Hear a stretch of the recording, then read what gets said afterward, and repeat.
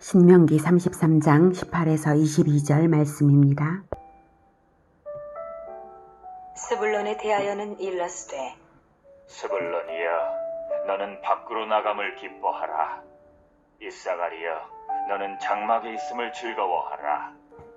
그들이 백성들을 불러 산에 이르게 하고 거기에서 의로운 제사를 드릴 것이며 바다의 풍부한 것과 모래에 감추어진 보배를 흡수하리로다. 갓에 대하여는 일러스되 갓을 광대하게 하시는 이에게 찬송을 부를지어다. 갓이 암사자같이 엎드리고 팔과 정수리를 찢는도다. 그가 자기를 위하여 먼저 기업을 택하였으니 곧 입법자의 분깃으로 준비된 것이로다. 그가 백성의 수령들과 함께 와서 여호와의 공의와 이스라엘과 세우신 법도를 행하도다. 단에 대하여는 일러스되 다는 바산에서 뛰어나오는 사자의 새끼로다. 납달리에 대하여는 일러스되 사랑하는 형제 여러분, 4월 24일 토요일 새벽 묵상에 오신 것을 환영합니다. 모세가 임종을 앞두고 이스라엘 12지파를 축복하고 있는데요. 모세의 축복은 과거 조상들에게 주신 언약을 근거로 한 축복입니다. 아브라함과 이삭과 야곱에게 주신 언약을 믿음으로 받은 12형제가 12지파를 이루었고 12지파는 이제 언약의 땅 가나안을 받을 것이 눈앞에 있습니다. 이스라엘 12지파가 축복을 받는 것이지 다른 어떤 사람들이 받는 것이 아니라는 사실이 무엇보다도 가장 중요합니다. 이 축복 안에 들어있는 것이 곧 구원입니다. 언약 백성이니까요. 모세가 각 지파에게 준 축복은 언약의 땅 가나안에서 그대로 이루어질 축복이며 축복의 내용이 각 지파별로 조금씩 다른 것은 과거 각 지파의 행적이 다르기 때문입니다. 과거 470년 전 야곱이 12아들에게 축복을 할 때도 역시 그랬습니다. 행적에 따라 축복의 내용이 달랐습니다. 12아들들 각 개인의 행한 대로 하나님이 야곱을 통하여 갚아주신 것입니다. 대접받은 대로 대접하시는 황금률대로 하나님이 하시는 것입니다. 야곱의 축복대로 그대로 이루어진 것이 역사에 나타난 것처럼 모세의 축복도 그대로 이루어질 것을 알 수 있는데요. 야곱의 축복과 모세의 축복 사이에서 격차가 생긴 부분도 지파의 실천 행위가 근거가 되어 격차를 더하게 한 것이고 내용을 들여다보면 두 축복 사이에 모순은 없습니다. 그러므로 모세의 축복을 받되 더욱 선한 실천으로 나아간다면 받은 축복의 크기를 넘어설 수도 있다는 것을 알 수 있습니다. 그 반대로 물론 황금률 그 반대로 된다면 그것 역시 물론 황금률 원리대로 되고요.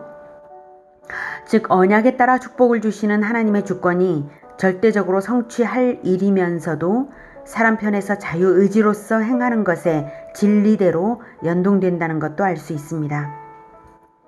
18절 스불론에 대하여는 일러스되 스불론이여, 너는 밖으로 나감을 기뻐하라. 이사가리여, 너는 장막에 있음을 즐거워하라.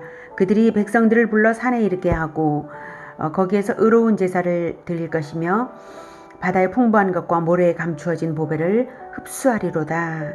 스불론과 이사갈은 진취적인 무역업의 축복과 평온한 농경생활의 축복을 받았습니다. 스불론과 이사갈은 야곱의 아내 레아가 마지막으로 얻은 두 아들인데요. 그 둘이 한데 묶여 예언되는 이유는 두 지파의 친근성 때문입니다. 여호수아 19장에 보면 가나안 땅 배분 때에도 서로 인접한 곳에 배분되었습니다. 가나안 땅 배분은 제비 뽑기로 받은 것이니까 하나님께서 두 지파를 축복대로 친근하게 묶으시는 것이죠. 스불론이여, 너는 밖으로 나감을 기뻐하라. 이것은 상업차 바다로 나감을 의미합니다. 훗날 스불론은 항구 도시로 무역에 종사했습니다. 이사가리여, 너는 장막에 있음을 즐거워하라는 것은 내륙의 목축과 농사에 전념함을 의미한 것으로 봅니다. 이사갈은 목축이 성업했거든요. 이렇게 스불론과 이사갈은 서로 바다와 육지의 산물로서 유익을 주고받았을 것임은 쉽게 짐작되는 일입니다. 백성들을 불러 산에 이르게 하고 거기에서 의로운 제사를 드릴 것이라고 한 것은 외국과의 교역을 통해서 이방인들에게 복음을 전할 것을 암시하는 것입니다.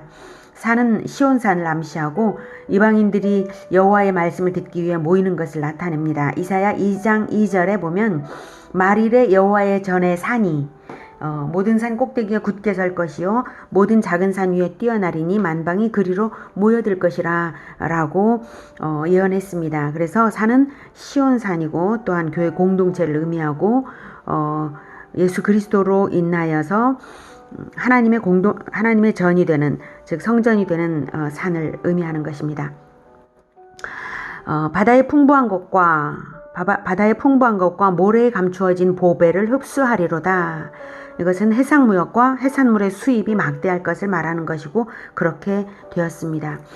스불론과 이사갈의 위치를 한번 보도록 하겠습니다.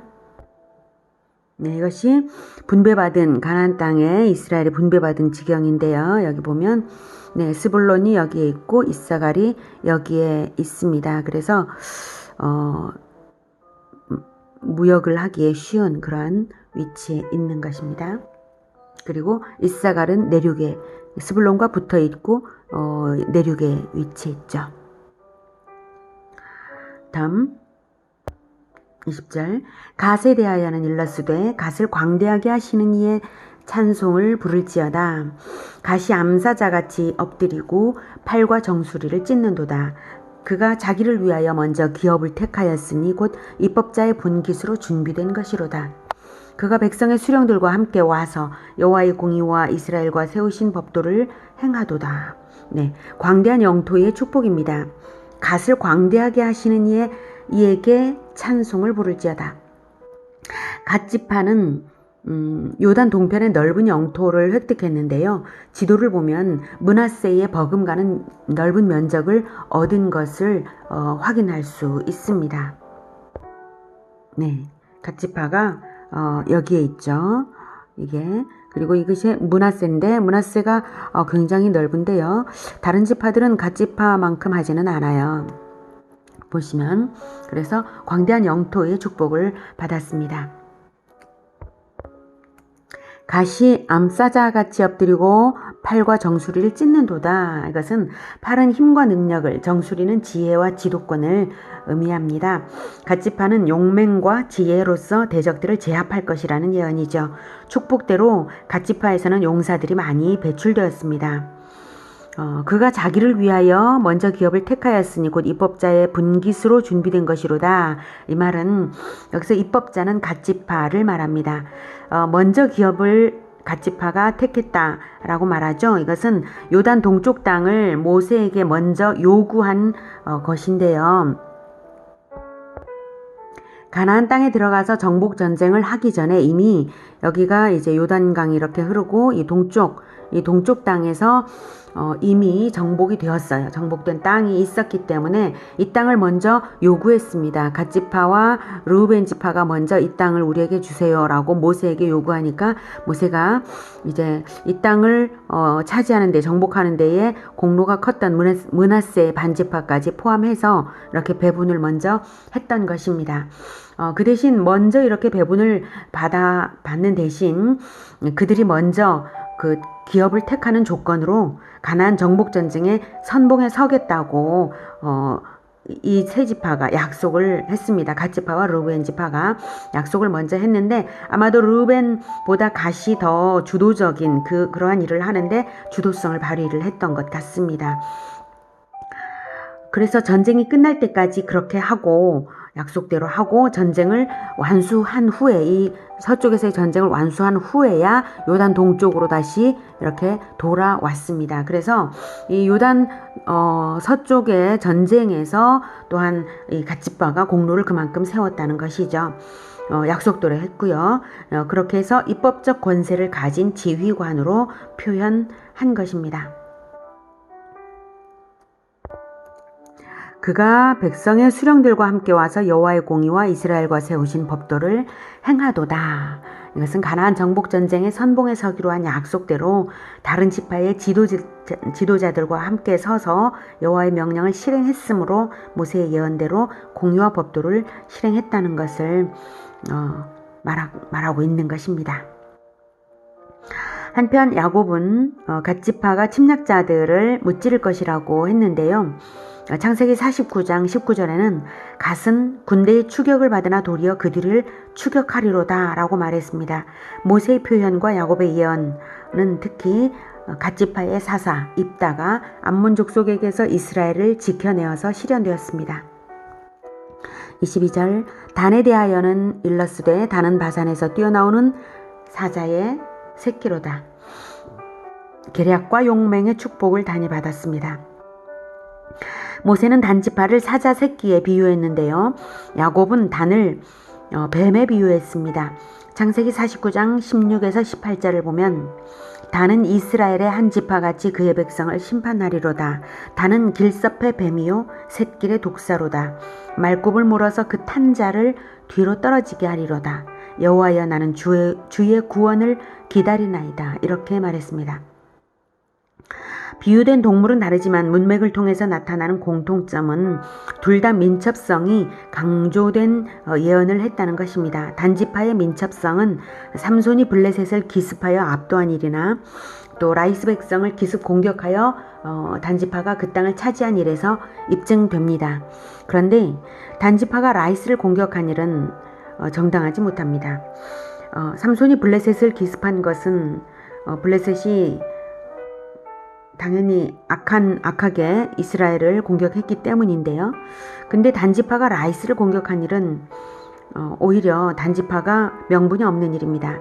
가나안 족속이 아닌 시돈이거든요. 라이스는 시돈 땅입니다. 기습적 전쟁으로서 그렇게 하는 것은 정죄받아 마땅한 일이죠. 왜냐하면 가나안에 대한 전쟁은 하나님의 명령으로 행하는 심판 전쟁이고요. 이미 오래전부터 가나안에 대해서는 하나님의 선전포고가 된 상황이거든요.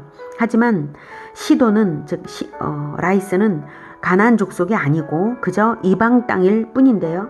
이방에 대한 전쟁은 전쟁에 명분이 있어야 하는 것이지 명분도 없고 선전포고도 없이 먼저 침략을 하라고 하나님이 명하신 적이 없으십니다.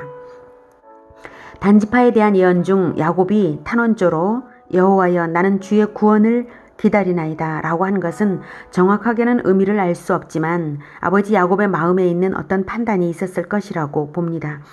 한편 요한계시록 7장에는 인침을 받은 하나님의 종들 14만 4천에는 단지파가 제외되어 있습니다.